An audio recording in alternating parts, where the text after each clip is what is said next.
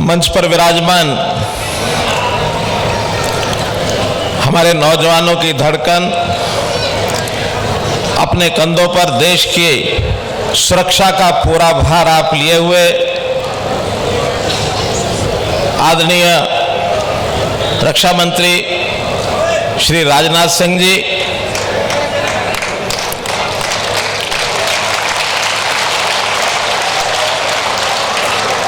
हरियाणा के हमारे भारतीय जनता पार्टी के बहुत ही जोशीले जुझारू अध्यक्ष श्री ओम प्रकाश धनखड़ जी, बहुत ही हमारे ओजस्वी तेजस्वी नेता, लगातार वर्षों तक हम सबका मार्गदर्शन आप करते आ रहे हैं, प्रोफेसर रामविलास शर्मा जी,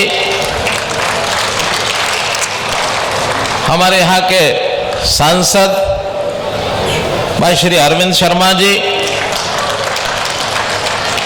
सांसद सिरसा से हमारी बहन सुनीता दुग्गल जी,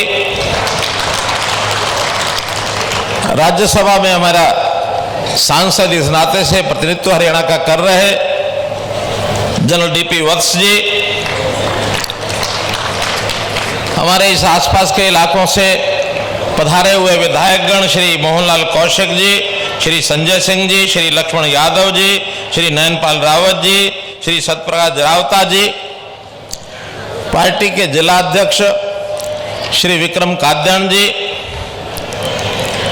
राजपूत सभा के हमारे अध्यक्ष श्री सुरजीत सिंह चौहान जी, महिला मोर्चा प्रदेश अध्यक्षा बहन सुमित्रा चौहान जी, ठाकुर विक्रम सिंह जी, मंच संचालक श्री दिनेश शास्त्री जी, वीरेंद्र चौहान जी, उपस्थित अन्य सभी मंचासीन श्रेष्ठ जन, दाएं बाएं मंचों पर विराजमान संत समाज, उपस्थित बुजुर्गों, माताओं, बहनों, नौजवान साथियों, पत्रकार छायाकार मित्रों, बहुत ही एक गौरव का यह दिन है आज, जिन्होंने देश के इतिहास में ऐसे नए नए कीर्तिमान स्थापित करके देश की सांस्कृतिक दिशा को, सामाजिक दिशा को मोड़ दिया है। ऐसे हमारे पराक्रमी सम्राट पृथ्वीराज जी चौहान, उनके आज प्रतिमा का अनावरण करने का यह सुनहरा दिन, इसका मैं अनुभव किया और इस जोश में, पूरे इस उत्साह के साथ इस इलाके की जो सरदारी है इकट्ठी हुई है, मैं आप सबका अभिनंदन करता हूं, आपको नमन करता हूं, आपका स्वागत करता हूं। साथ ही आज मैं स्वागत करता हूं कि हरियाणा में अभी पंचायती राज चुनाव चल रहे हैं और उन चुनाव में 2 चरणों का चुनाव पूरा हो गया है, तीसरा चरण अभी आना शेष है, लेकिन 2 चरणों में भी झज्जर जिले के और आसपास के जिलों के चुनाव हो चुके हैं। परिणाम इस नाते से सरपंच और पंचों का परिणाम आ चुका है, तो जो भी इन जिलों में यहाँ उपस्थित अथवा नहीं भी उपस्थित है, तो ऐसे हरियाणा के जो जो पंच और सरपंच जीत चुके हैं, उन सबको बहुत बहुत बधाई, बहुत बहुत शुभकामनाएं। भाई बहनों, आज का दिन ये इतिहास को जीवित करने का एक ये दिन है। इतिहास तो लगातार चलता है, लेकिन अगर उस इतिहास की घटनाओं को स्मरण न किया जाए तो इतिहास कहीं ना कहीं खो जाता है, और यदि लगातार स्मरण करते रहेंगे तो हमारे आने वाली पीढ़ी, वर्तमान पीढ़ी, इन सबको उनके जीवन से, जो इतिहास के अंदर जिन स्तंभ रूप में खड़े रहे हैं, उनके जीवन से प्रेरणा मिलती है। तो ऐसी शख्सियत सम्राट पृथ्वीराज जी चौहान की रही है, जिन्होंने कितनी ही लड़ाइयां लड़ी। एक दुर्भाग्य स्थिति रही, दुर्भाग्यपूर्ण के इतिहास को बहुत ही विकृत करके, तोड़ मरोड़ करके पेशित किया जाता रहा। मोहम्मद गौरी की जीत का वर्णन तो कर दिया जाता है, लेकिन मोहम्मद गौरी को जिस प्रकार से हराया, परास्त किया, पृथ्वीराज जी ने जिस प्रकार से मुकाबला किया, पृथ्वीराज जी ने जो अपनी जीत हासिल की, उस समय उनके लोग जो जिन्होंने साथ उनको दिया, उनके इतिहास को बहुत सिंपल से, थोड़े से तरीके से और रखा जाता है। ये दुर्भाग्यपूर्ण बात है। इसी बात को लेकर के हमने पीछे त्रावड़ी जिला करनाल में सम्राट पृथ्वीराज चौहान का एक स्मारक, न केवल स्मारक बल्कि एक शोध संस्थान, उस शोध संस्थान में अपने देश का जो उज्जवल इतिहास है और इन लोगों के जितने भी उस समय के कारनामे जो उन्होंने अच्छे किए देश के लिए, उन सबको उजागर करने के लिए एक शोध संस्थान बनाया जाएगा और उसकी छोटी मोटी बाधाएं हैं उनको सबको दूर करके बहुत जल्दी उस स्मारक बन जाएगा। मित्रों, पृथ्वीराज जी चौहान का संबंध हरियाणा से बहुत गहरा रहा है। जैसा उनकी राजधानी, सौभाग्य से आज मैं वहां जा रहा हूं। एक तरफ तो यहां उनकी प्रतिमा का अनावरण करने का सौभाग्य हमको मिला, राजनाथ सिंह जी ने इनके हाथों द्वारा वो यानी एक अनावरण किया गया है, हमें सम्मिलित होने का सौभाग्य मिला।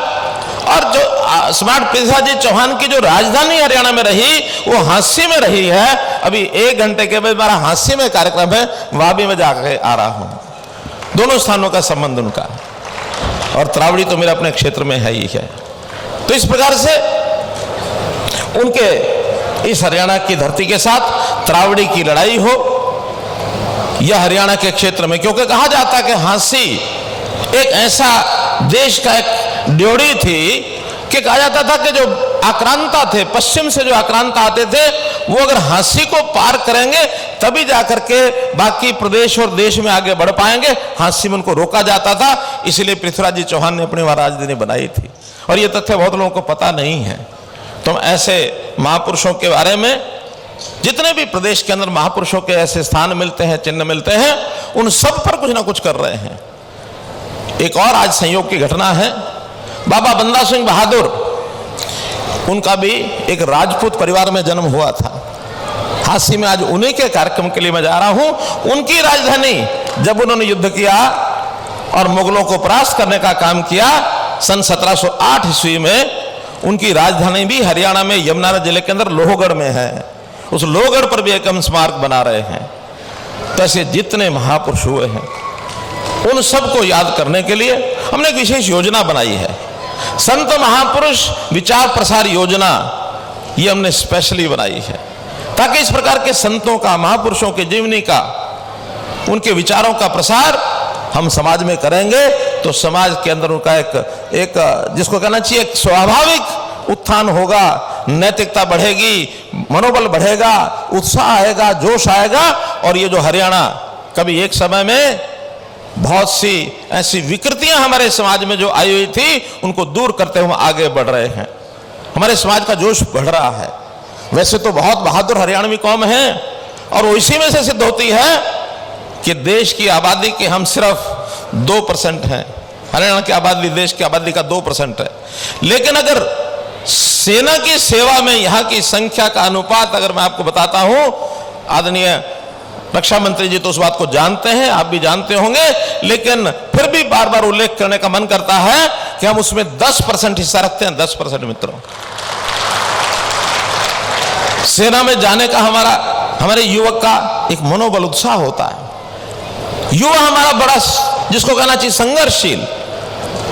मजाक में धनखड़ जी को मैं कह रहा था कि हमारा युवा लड़ने भिड़ने में और बड़ा होशियार होता है, बड़ा उत्साही होता है। सीमा पर जा करके लड़ करके जान की परवाह नहीं करता, और जब जाके परवाह नहीं करता देश की रक्षा में वो काम आता है, शहीद भी होता है। लेकिन कभी कभी अगर उसको सेना में भर्ती होने का मौका ना मिले तो वो आपस में लड़ने लग जाते हैं। ये भी हमारा दुर्भाग्य है। तो इसलिए हर एक युवा की शक्ति का उपयोग हो। आपने अग्निवीर योजना की घोषणा की, बहुत अच्छी योजना, हमको पसंद आई। पता, विपक्ष के लोग शोर मचाते थे कि 4 साल के बाद वापस आएंगे, क्या करेंगे। हमने कहा ये सब अनुशासित होकर आएंगे, देशभक्ति का भाव इनमें भरेगा, और अगर वापस आएंगे कहीं और काम मिले न मिले, हरियाणा सरकार ऐसे वापस लौटे अग्निवीरों को सबको नौकरी की गारंटी देती है, हम सबको नौकरी देंगे। और ये योजना लगातार सुचारू रूप से चल रही है। अभी भी भिवानी में आजकल भर्ती उसकी चल रही है, 3000 भर्ती वहां से निकली है, एक राउंड पहले हो चुका है, दूसरा लगातार ये भर्ती बढ़ती रहेगी और ये संख्या और भी बढ़ेगी तो समाज में एक अनुशासन आएगा और एक वीरों की धरती उसको और आगे बढ़ने का एक मौका मिलेगा। मैं कुल मिलाकर के बहुत अधिक अगर यहाँ बोलता हूँ तो फिर आदरणीय राजनाथ सिंह जी को हमको सुनना है। मैं तो इतने ही विषय आपके सामने रखना चाहता हूँ कि पूर्व वक्ताओं ने, चाहे हमारे मंच संचालक द्वारा, चाहे सांसद जी द्वारा, चाहे हमारे अध्यक्ष जी द्वारा बहुत से विषय रखे गए हैं। अब क्योंकि इलाके में एक अपेक्षा होती है कि मुख्यमंत्री आए हैं तो पूछेंगे क्या लाए हैं, और जब जाने लगेंगे फिर पकड़ लेंगे क्या दे के जाओगे, अगली बार आओगे तो क्या लाओगे। तो मेरा ये दायित्व है, मेरी जिम्मेदारी है कि पूरा हरियाणा ये विकसित हो, आगे बढ़े, यहाँ की समस्याओं को कैसे हम दूर करें, विभिन्न संस्थाओं के माध्यम से जो काम किए जा रहे हैं उनको कैसे हम पुष्पित पल्लवित करें। मैं बधाई देता हूँ यहाँ की राजपूत सभा को कि जिन्होंने सम्राट पृथ्वीराज चौहान की जो प्रतिमा बनाई है इसके ऊपर अपनी ही योजना से 50 लाख रुपए इकट्ठा करके इस काम को किया है। मैं राजपूत सभा को बहुत बधाई देता हूँ। और साथ ही राजपूत सभा झज्जर की धर्मशाला का एक विषय आया कि वहां कोई जमीन ली गई थी और वो किन्हीं कारणों से उसका पैसा समय पर पहुंचाया नहीं तो उसका 88 लाख रुपए बकाया हो गया है। तो मैंने कहा है कि उसमें से जरा उसके 2 हिस्से कर लो, एक तो उसकी इंस्टॉलमेंट कितनी है, उसका ब्याज कितना है, कम से कम आधे से ज्यादा तो ब्याज ही होगा। तो मैं विश्वास दिलाता हूं कि उसको आधे करने का काम तो मैं करा ही दूंगा।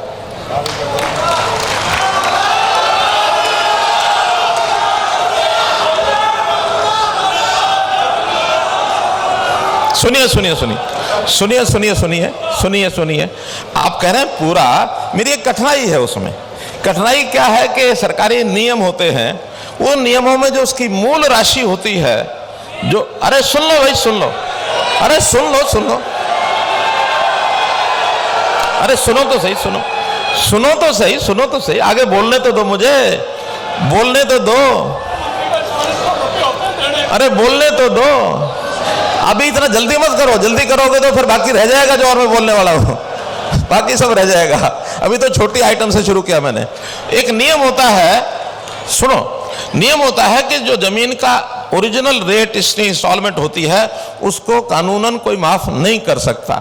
इसलिए वो जितनी राशि होगी, मैंने कहा उसका पता करें, अगर वहां माफी नहीं भी होगी तो कहीं से उपलब्ध कराएंगे और उपलब्ध करा के भी संस्था कहेंगे कि भाई आपको ना करना पड़े, लेकिन वहां जमा कराने के कहीं से भी मदद करेंगे। हाँ, भवन के लिए हर जगह, धर्मशालाओं के लिए 5-11 लाख मेरा खाते में से नेचुरली जाता है, लेकिन यहां मैं भवन में जो उसकी कीमत, जो उसका खर्च आएगा 21 लाख रुपया, उसके लिए अनाउंस करता हूं।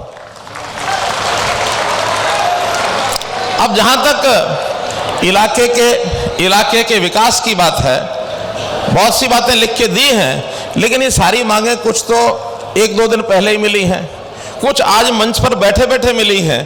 तो हर एक का एक फिजिबिलिटी रिपोर्ट लेनी पड़ती है, वो अभी डिपार्टमेंट से ली नहीं गई है। लेकिन हाँ, आपके जो आए हुए काम हैं उसमें जहां तक सड़कों का विषय है, सड़कों की रिपेयर है, सड़कें नई बनाने की जो बात आई हुई है, उसमें पूरे जिले में पीडब्ल्यूडी की 100 करोड़ रुपए की सड़कों का मुरम्मत और नई बनाने का काम ये आपका कराया जाएगा। 100 करोड़, एक नहीं 100 करोड़। दूसरा विषय, पंचायतें नई बनी हैं अभी नई पंचायतों के लिए भी गांव-गांव में कुछ आवश्यकता पड़ेगी, नई पंचायतें बनी हैं। हमने भी इन कामों के लिए जब उनकी ओथ हो जाएगी, उसके बाद हर एक गांव में जो काम वहां की पंचायत से आप रेजोल्यूशन पास करा के या नगर पालिकाओं से रेजोल्यूशन पास करा के लाएंगे, ऐसे पूरे जिले में जो मांगा गया है 50-50 करोड़ रुपया दोनों जगह के लिए, वो 50-50 होगा या 75-25 होगा, वो तो कितने काम कहां के आएंगे उस पर निर्भर करता है। लेकिन कुल मिलाकर आपकी मांग के हिसाब से 100 करोड़ रुपया उसमें भी लगाया जाएगा। तो इसलिए मित्रों, आज मैं अलग अलग मांग के हिसाब से, तो शायद इसलिए नहीं कि उसकी कोई जानकारियां पहले से नहीं है, लेकिन मोटे रूप से ये सारे काम दिसंबर के पहले सप्ताह में, चुनाव भी सारे समाप्त हो चुके होंगे, एक एक काम की जानकारी आप तक पहुंचा दी जाएगी। तो इसलिए 100 करोड़ वो और 100 करोड़ ये कर दिया जाएगा। इसी प्रकार ये जो बात बार बार हमारे मंच से आ रही है, सांसद महोदय ने भी रखी है, अध्यक्ष महोदय जी भी रखी है, मैं भी पूरा आग्रह करूंगा रक्षा मंत्री जी के सामने कि जो मातन हॉल में सैनिक स्कूल की बात है, ये सैनिक स्कूल, इसका भी जो मैं आग्रह करता हूं कि कोई भी अपनी नीति में छूट देकर विशेष प्रायोजन करके, रक्षा क्षेत्र में हरियाणा की बहुत बड़ी एक भूमिका है, इसको ध्यान में रखते हुए मेरा आग्रह है कि कोई स्पेशल योजना बनाकर मातन हेल का ये सैनिक स्कूल, इसको जरूर सिरे चढ़ा दें। मेरा ये विनम्र आग्रह है आपसे। एक मांग आई है हरियाणा शहरी विकास प्राधिकरण, जिसको हुड्डा विभाग पहले कहते थे, झज्जर में सेक्टर 6, भाई शांत रहो, शांत रहो, आपके बोलने शोर करने से कुछ नहीं होगा। जो कुछ आज बताया ठीक है, और आपका हमारा खाता लगातार चलेगा, कौन सा बंद हो गया कल फिर सही, चिंता क्यों करते हो। इसलिए HSVP के सेक्टर्स, इसमें नए सेक्टर बनाने की बात आई है। सेक्टर 6 पहले से विकसित है, आधा पार्ट और विकसित किया जाएगा जो बाकी बचा है। सेक्टर 9 को भी विकसित किया जाएगा, और जिनकी जरूरत है प्लाटों की, वो प्लॉट भी दिए जाएंगे, और 2 महीने में वहां की जो सड़कें, वहां का जो विकास का काम है झज्जर का, वो भी पूरा करा दिया जाएगा। मित्रों, बहुत सी मांगे हैं।